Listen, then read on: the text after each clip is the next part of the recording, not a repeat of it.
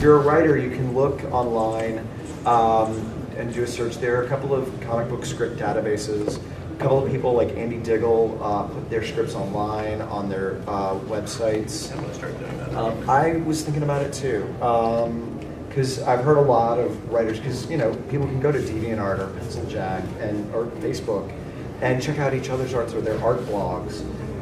But for writers, it's a lot. It's very difficult for them to find resources because there are formatting things. There's different ways, and a lot of people don't know. Well, I'm actually interested in this. Of the folks here, how many are serious about wanting to break into comics? Hands. Okay, great. Of you, how many of you want to break in as writers? How many of you want to break in as artists? Awesome. Good news for the artists, it's slightly easier for you. The speaking of what Jim is talking about, I mean, to a certain extent, it sounds like all you guys got basically hired from samples. I assume you all did a million samples. It's tangible. It's something that editors can look at and know right away. Writing's completely different animal. The downside for writing is that it's so incredibly competitive. Generally speaking, the only way you're going to get hired is if you've already written a published comic.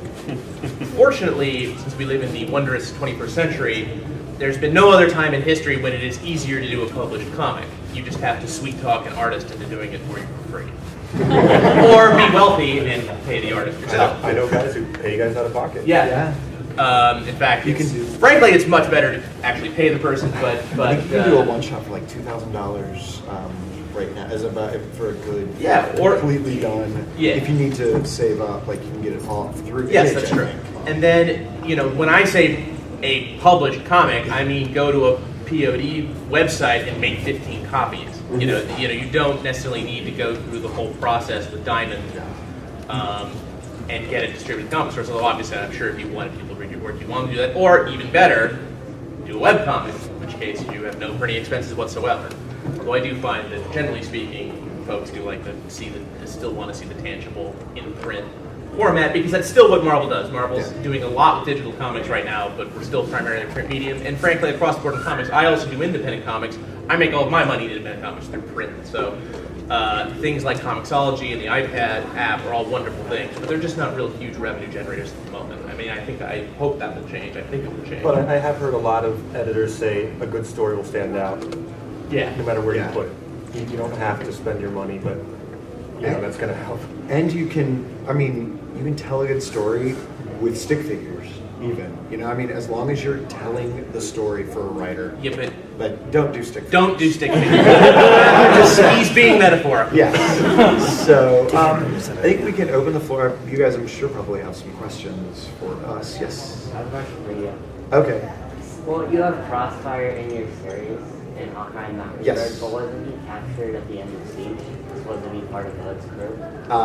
Yes, you'll have to check out issue 2 to find out. What about breaking into comics? You had just mentioned about getting it published. How much were you talking about? I've heard different things, like, it can vary, but I've heard through Image, if you get, artist for the printing and all of that, I believe you can do it for about $2,000, but that's finding somebody and paying them. It depends on what your definition of published is. I mean, you could go through Image. Is everybody here? I'm assuming most people here have heard of Image Comics. They are basically a completely creator-run. I mean, they're basically a publishing collective. They're a bunch of hippies. They don't really make. Have you seen Kirkman's beard? Exactly. He's got a little beard. He lives in a commune with zombies. It's amazing. No, they're a wonderful outfit in that creators come to them, they publish through them. They don't really, other than the nominal fee they need to keep their main office running, they don't really take any money from the profits of your comic. All of those profits go directly to you, the creator. The downside is that because Image wants to maintain a certain level of quality, you need to have them approve you to get your book published. I guess I'm more talking about screw the man and just do it yourself. Don't listen to what other people tell you. Don't listen to people saying you can't do it. Don't listen to people rejecting you. Just do it. And you can do that like most things in life. It's easier if you have money. and you're paying somebody to do it, you can afford to do it. But if you can do it for free and you have an artist who's enthusiastic about your project who will do it for free, you can go to sites like Kablam out of Jersey is a site that we sold out of our first 2 issues of our current series. We actually did for a convention, we did like a permanent 20 copies at relatively cheap cost. That you can show up at a convention, say, here I have 50 copies of my comic. I'm going to sell it to you, or I'm going to hand it off to editors, or hopefully an editor will walk by and you can hand it to them. The downside of doing, and I guess I should clarify it, the reason I'm talking about print runs is that a real, honest-to-God printer is going to expect you to do minimum 1,000 copies, and you're going to have to pay for that. Otherwise, there's no point. There's no cost-effective reason for them to turn on their printing machines, their printing presses, if you do less than 1,000. So that's why I'm pointing. Does everyone understand the difference between print on demand and regular printing? Okay, cool. And bring those to conventions. Bring them, and drop them off at the different publishers and booths. Also for writers, go up and down Artist Alley, because you're going to find people there that have not made it. I mean, there will be people that are hungry to Yeah. do that and will bring a certain skill level to the table that if it's hard to find them, but if you can find them, They're they're worth their weight in gold. I mean, that's literally how I broke in. Steve didn't. From the artist's point of view, all right, the artist is also trying to break in. The artist's not trying to help you break in. Exactly. All right, so don't act like your story is the greatest thing in the world. You're doing this artist a favor. Yeah. Exactly. No, you're not. Yeah.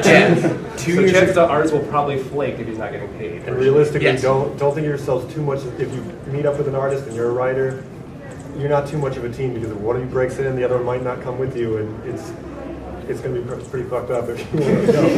And you never know who you're going to see there too. Like I saw online, I saw Chris Somney's blog about 2 or 3 years ago, and he was doing convention sketches, and I think he had maybe done a little thing here and there.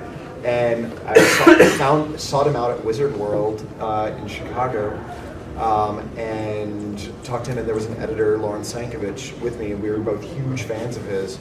And he just did Siege Embedded. We're doing, finally after 3 years, we're doing a story together, and he has an ongoing now. So I mean, it can happen faster than Khoi's story. So, but you never know. So yes, in the back. Just a question.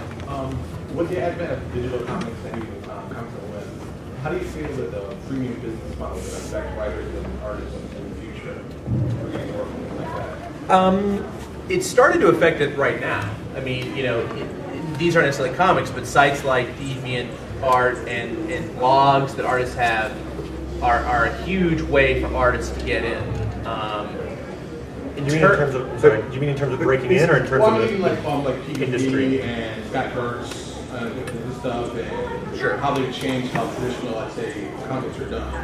Deviant ends up being monthly, being daily, giving away the content for free, and so it's drawing people to you, being kind of interested about it. I would say that the guys that are giving away their comics for free are only going to be doing that for a certain amount of time, because their mortgage will be due eventually. Web comics, I believe you're talking about a lot. That's a great way to break in, like Fred said. It is, and I think you brought up PvP specifically. I mean, everyone has their own path to success, and PvP, I think we can agree, has a very specific audience that it's both filling a niche for and is very successful at doing it. I'm not sure PvP's success is something you can duplicate all that easily.